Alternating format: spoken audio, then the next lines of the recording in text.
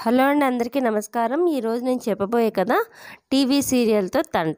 రచించిన వారు కందర్పమూర్తి వారు. ఇంక కథ మొదలు పెట్టేస్తున్నానండి. అది నగరంలో కరోనా కాలనీ. పోయిన కరోనా వైరస్ సమయంలో ప్రారంభమైనందున ఆ కాలనీకి కరోనా పేరున జ్ఞాపకంగా పెట్టుకున్నారు. అందులో ఏ బ్లాక్ అభిరుచి అపార్ట్మెంట్లో 5 ఫ్లోర్లు ఉన్నాయి. ప్రస్తుతం సగం ఫ్లోర్లలో కోవిడ్ పాజిటివ్ కేసులు ఉన్నందున హోమ్ క్వారంటైన్లో కుటుంబాలు ఉంటూ ప్రతి ప్లాట్ దగ్గర అలర్ట్ స్టిక్కర్లు కనబడుతున్నాయి. అభిరుచి అపార్ట్మెంట్లో 2వ ఫ్లోర్లో రిటైర్డ్ హెడ్ మాస్టర్ సుబ్బారావు దంపతులు నివాసం ఉంటున్నారు. 2 కొడుకులు స్టేట్స్లో జాబ్ చేస్తుంటే ఉన్న ఒక్క కూతురికి పెళ్లి జరిపితే అల్లుడితో బెంగళూరులో ఉంటుంది. సర్వీస్లో ఉన్నప్పుడు సుబ్బారావు గారికి స్టేజ్ నాటకాలంటే ఎంత పిచ్చో. ఆయన శ్రీమతికి సుభద్రమ్మ టీవీ సీరియల్స్, పాత సినిమాలు చూస్తూ కాలం మర్చిపోతుంది. తెలుగు టీవీ ప్రతి ఛానల్లో వచ్చే సీరియల్లో క్రమం తప్పకుండా ఎన్ని పనులున్నా ఆపి మరీ దీక్షగా చూస్తుంది. టీవీ సీరియల్లో ఏడుపు సీన్ వచ్చిందంటే ఆవిడ కళ్ళంటే నీళ్లు కారిపోతాయి.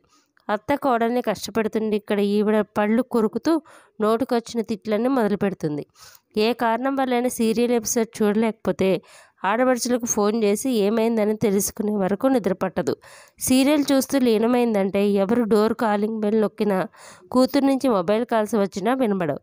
అందువల్ల ఆమె ఎప్పుడు ఫ్రీగా ఉంటుందో ఆ సమయంలో కాల్ చేసి మాట్లాడుతుంది కూతురు.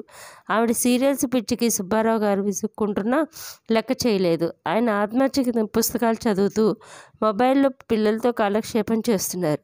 ఇదివరకైతే ఫ్రెండ్స్లో పార్కులు, గుళ్ళు, ఆధ్యాత్మిక ప్రవచనాలు వింటూ టైం పాస్ అయ్యేది. ఇప్పుడు కోవిడ్ వైరస్ కారణంగా వయసు మళ్ళిన పెద్దవాళ్ళు బయట తిరగడానికి అవకాశం లేకపోతుంది. ఏ పనైనా మొబైల్తోనే జరపాల్సి వస్తుంది. ఇప్పుడు కోవిడ్ సెకండ్ వేవ్ చాలా ప్రభావం చూపుతున్నందున పిల్లల సూచన మేరకు ఇంట్లో కూడా మాస్క్ పెట్టుకోవాల్సి వస్తుంది. సుభద్రమ్మకు టీవీలో ఏ సీరియల్, పాత తెలుగు సినిమాలు ఎప్పుడు వచ్చేదో తెలుసు కనుక పనులు చక్కబెట్టుకుని కూర్చుంటుంది. ఆ సమయంలో ఏ కొరియర్ బాయ్ వచ్చినా, మొబైల్స్ కాల్స్ వచ్చినా సుబ్బారావు గారే చూసుకుంటారు. మధ్యలో ఆయనకి ఛాయ్ అవసరం అవుతుందని ముందే తయారు చేసి ఫ్లాస్క్లో ఉంచుతుంది.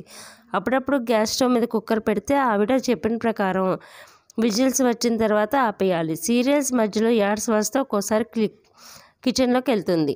ఇప్పుడు సిటీలో లాక్డౌన్ వల్ల ఉదయం కొన్ని గంటలు మార్కెటింగ్, ఇతర పనుల కోసం రిలాక్సేషన్ ఇస్తున్నారు. అందువల్ల సుబ్బారావు గారు మందులు తేవడం కోసం డబుల్ మాస్క్ వేసుకొని స్కూటీ మీద మార్కెట్కి వెళ్తూ డోర్ కాలింగ్ బెల్ వైపు మొబైల్ ఫోన్ రింగ్ మీద జారం పెట్టమని భార్యకి చెప్పి వెళ్ళారు. ఆయన బయటికి వెళ్ళిన తర్వాత సుభద్రమ్మ డోర్ లాక్ చేసుకొని కిచెన్లోకి వెళ్ళి స్టవ్ మీద కుక్కర్ పెట్టి మూతికి మాస్క్ సరి చేసుకుంటూ టీవీ ముందు కూర్చొని సీరియల్లో లీనమైంది. కొద్దిసేపటి కిచెన్ నుంచి కుక్కర్ విజిల్స్ వస్తున్నాయి. సుభద్రమ్మ సీరియల్ ఏదో విషాద ఘట్టంలో మునిగి కిచెన్ నుంచి మాడు వాసన వచ్చినా ధ్యానం పెట్టలేదు. వంటగది నుంచి మాడు వాసన హాల్లోకి వస్తున్నా ఆమె లోకంలో రాలేదు. కుక్కర్లో మాడు వాసన కిటికీలోంచి పక్క ఫ్లోర్కి, పైన ఫ్లోర్కి వ్యాపించి అందరూ ఎక్కడి నుంచి మాడు వాసన వస్తుందని ఆందోళన చెందుతున్నారు. ఇంతలో సుబ్బారావు తన ఫ్లోర్ డోర్ దగ్గరకు రాగా కిచెన్ విండో నుంచి పొగ రావడం గమనించారు. ఆయనకి ఏదో అనుమానం కలిగింది.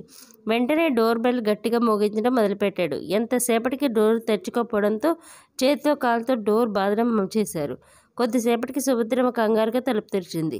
హాల్లోకి వచ్చిన సుబ్బారావు గారు గాబరా పడుతూ కిచెన్ వైపు పరుగు తీశారు.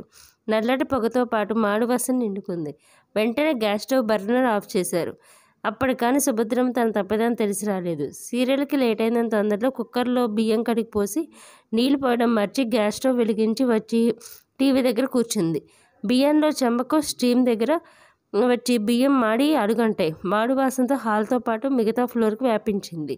ఇంకా నయ్యం, సమయాన్ని సుబ్బారావు వచ్చారు కాబట్టి పెద్ద గండం తప్పింది. కిటికీలు, డోర్లు, తలుపులు తెరిచి ఫ్యాన్లు, ఎగ్జాస్ట్ ఫ్యాన్లు, కూలర్ ఆన్ చేస్తే ఇంట్లో పొగ బయటికి పోయింది. సుబ్బారావు గారికి ఏమనాలో అర్థం కాలేదు.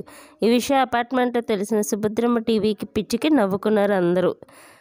అంతేనండి కథ. ఈ కథ నచ్చిందా? కథ నచ్చితే లైక్ చేయండి, షేర్ చేయండి, కామెంట్ రూపంలో మీ విలువైన అభిప్రాయాలు తెలియచేయండి. సబ్స్క్రైబ్ చేసుకోవడం మర్చిపోవద్దు.